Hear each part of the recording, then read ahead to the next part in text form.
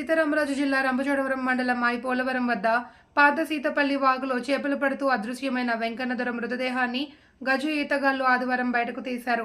2 రోజుల క్రితం ఈ ఘటన జరిగింది. స్థానికులు వాగులో గాలించిన ఫలితం కనిపించకపోవడంతో 30 మందితో కూడిన గజ ఈతగాళ్ల బృందాన్ని నేడు రంగంలోకి దింపడంతో రాళ్లతో చిక్కుకున్న మృతదేహాన్ని బయటకు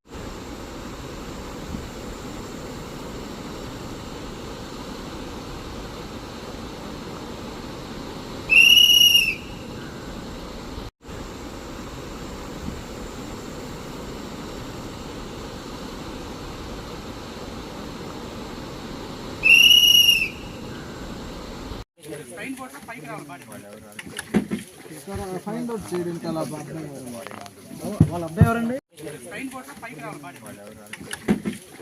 ఫైండ్ అవుట్ చేయడానికి అలా వాళ్ళ అబ్బాయి ఎవరండి?